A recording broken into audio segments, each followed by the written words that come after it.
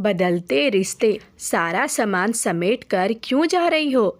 सरला ने बेटी की आंखों में देखते हुए बड़ी ही सरलता से पूछ लिया। मुझे पता था कि आप ये सवाल करेंगी, सोनिया ने बड़ी ही बेपरवाही से कहा और अपने सामान रखने लगी।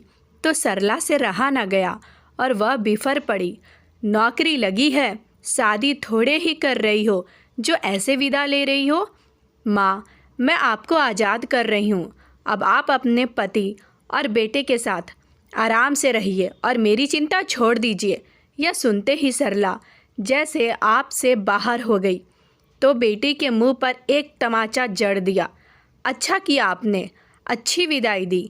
एक बात आपको बताऊं कि ये नौकरी तो महज बहाना है, मुझे आप सब से दूर जाना है। यह कहकर वह सुबकने लगी।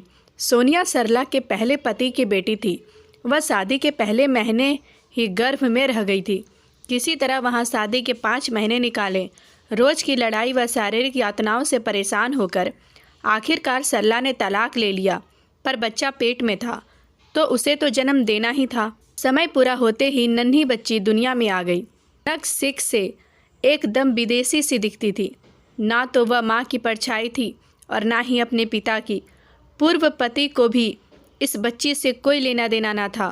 खैर, नानी ने ही पाल पोस कर बड़ा किया, वही लाड़ दिखाती। और अब जब कि वह भी कोरोना की शिकार होकर चल बसी तो सोनिया का मन पूरी तरह भर गया। माँ के साथ रहने आई तो दिल ही ना लगा। उसकी पढ़ाई पूरी हो चुकी थी। असिस्टेंट प्रोफेसर के पद पर ज्वाइनिंग करने के लिए घर छोड़कर जाने लगी। बेटा, तुम्हारे लिए मैंने क्या नहीं किया और तुम इसका ये सिला दे रही हो? क्या किया माँ? सारी उम्र अपनी ममता से मरहूम रखा, नानी के पास छोड़ दिया। एक तरफ से अच्छा ही किया, अपने पति व बेटे के आगे मुझे पराया ही पाती होगी, तभी तो तुम ऐसा कर पाई। ये तुम क्या कह रही हो? मैंने तो तुम्हारी सुरक्षा को देखते हुए। अच्छा, अगर मैं आपकी दूसरी शादी के बाद जन्म लेती तो भी मुझे नानी के पास छोड़ देती? इस घर गृहस्थी में आने जाने वालों के सवाल जवाब से तुम्हें दूर रखना चाहा। मुझसे गलती हो गई। आपने मुझे जन्म दिया था, आप मुझे साथ रख सकती थी। लोग 2 दिन बोलते और तीसरे दिन चुप हो जाते। मैं आपसे ऐसा क्या मांग रही थी? अपना हक ही ना, कुछ ज़्यादा तो नहीं चाहा। रुपये पैसे नहीं, बल्कि आपकी ममता की चाहत थी जो आपके पास थी, पर मेरे लिए नहीं बल्कि अपने बेटे के लिए थी। आपसे भर कर उस पर लुटाती रही और मैं दूर खड़ी आपके प्यार के लिए तरसती रही। क्या इस बात का जवाब आपके पास है? सरला के पास कोई जवाब ना था। उससे बेटी की अनदेखी हो गई थी। माँ बेटी तो साथ ही रह रहे थे, पर दूर के रिश्ते से उसकी दूसरी शादी का रिश्ता आया तो माँ ने समझा बुझा कर उसे ब्याह के लिए राजी करा लिया। वह सोनिया को गोद में लेकर विदा तो हुई, पर उसकी सास उसे स्वीकार कर न सकी। अपनी बेटी के प्रति उनके नज़रिए को पहचान कर ही सरला ने उसे वापस मायके पहुंचा दिया था। ऐसा ना था कि उसे बेटी से प्यार ना था। एक माँ का मन चोटता तो था, फिर भी उसे विश्वास था कि वह नानी के साथ सुरक्षित है। बीच बीच में आकर मिलती। निकलते वक्त बेटी की सुनी आंखों को देखती हुई उसका मन भी तार तार हो जाता, पर क्या करती? मन को मजबूत कर पति व बेटे में ही मन लगाने लगी। जबकि माँ के साथ पिता और बच्चे को देख सोनिया ईर्ष्या से भर उठती थी, पर क्या करती? उसे पता था कि उसके पिता यानी माँ के पहले पति ने जो कुछ किया था वह उसी का खामियाजियाँ भुगत रही है। जैसे जैसे बड़ी होती गई नानी ने सब कुछ बता दिया था। कुछ बातों में वह माँ के पक्ष में थी, पर माँ के प्यार पर अधिकार का ना होना ही उसे व्याकुल कर जाता। सच्चाई तो यह थी कि उसका भी मन करता कि वह अपनी माँ के गोद में सिर रख कर सोए, पर सरला शादी के बाद अपनी नई घर गृहस्थी में व्यस्त हो गई थी। बेटे का जन्म के बाद तो सोनिया का रहा सहा हक भी जाता रहा। सब साथ रहते, हंसते बोलते, पर वहाँ उसका कोई नहीं है।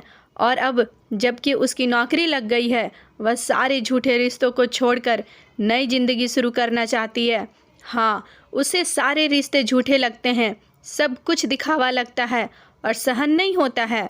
ऐसे में जितना सहना था वह सह चुकी थी। उसे सब भुलाकर अब वर्तमान में जीना है और यही सोचकर उसने वाराणसी के एक प्रसिद्ध कॉलेज में आवेदन दिया और अच्छे अंकों के कारण उसे नौकरी मिल भी गई। वहाँ एक से बढ़कर एक लड़के उसके लिए विवाह का प्रस्ताव लेकर आए, पर उसकी रुचि उस और ना थी। उसका मन तो अपने बचपन में ही अटका था। खुद को संभाल कर उसने स्वयं को काम के प्रति समर्पित कर दिया। पहले तो अपनी खोज खबर सरला को फ़ोन पर दिया करती, पर धीरे धीरे वह भी बंद हो गया। आज सुबह जब सरला ने अखबार खोला तो देखा कि सोनिया की तस्वीर मुख्य पृष्ठ पर छपी है। आगे का समाचार पढ़कर उसकी आंखों से आंसू छलक आए। उसकी बेटी को काशी यूनिवर्सिटी की ओर से रिसर्च के लिए जर्मनी भेजा जा रहा है। साथ ही उसे यूनिवर्सिटी में अस्थायी नौकरी भी दी गई है। ऑफर लेटर के साथ सोनिया की संलग्न तस्वीर देखकर गर्व से उसका सीना चौड़ा हो गया। आज उसे विश्वास हो गया कि उसकी जुझारू बेटी कोई आम बच्ची नहीं बल्कि असाधारण प्रतिभा की धनी है। उसके मन में आत्मग्लानि के ऐसे भाव उठे कि वह अपनी ही नज़र में शर्मिंदा महसूस करने लगी। बेटी के विदेश जाने से पहले अतीत की गलतियों के लिए क्षमा मांगने की इच्छा तीव्र हुई तो बिटिया से मिलने निकल पड़ी। मैं कमज़ोर थी बेटी, इसलिए दूसरों के अनुसार समझौते करती चली गई। मुझे माफ़ कर दे मेरी बच्ची। आपका अपना परिवार था जहाँ मेरा अपना कोई भी नहीं था। शायद इसी एहसास ने मुझे इन किताबों में डुबो दिया और देखो ना, आज इनके बदौलत ही आप मुझे वापस मिल गई। सोनिया बाहें फैलाए राह देख रही थी। मेरे बच्चे, मुझे तुम पर गर्व है, सीने से लगाकर इतना ही कहा, पर बरसों के जज्ब आंसू दोनों को भिगो गए और यह महसूस हुआ सच्चा सुख मोहब्बत में है, ना कि नफ़रत में।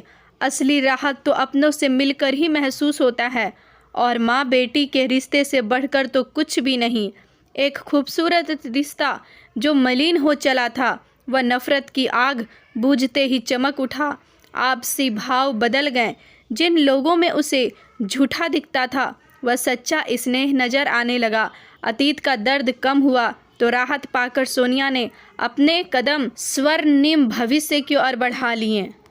तो दोस्तों, आज की कहानी बदलते रिश्ते आपको कैसी लगी कमेंट बॉक्स में ज़रूर बताएं। और ये माँ बेटी का प्यार भरा ये रिश्ता आपको कैसा लगा? अगर पसंद आई हो कहानी तो एक लाइक कर दीजिएगा और मेरे चैनल पर अगर आप नए हो तो हमारे चैनल को सब्सक्राइब कर लीजिएगा। तब तक कल मिलते हैं एक नई कहानी के साथ। तब तक अपना ख्याल रखिएगा।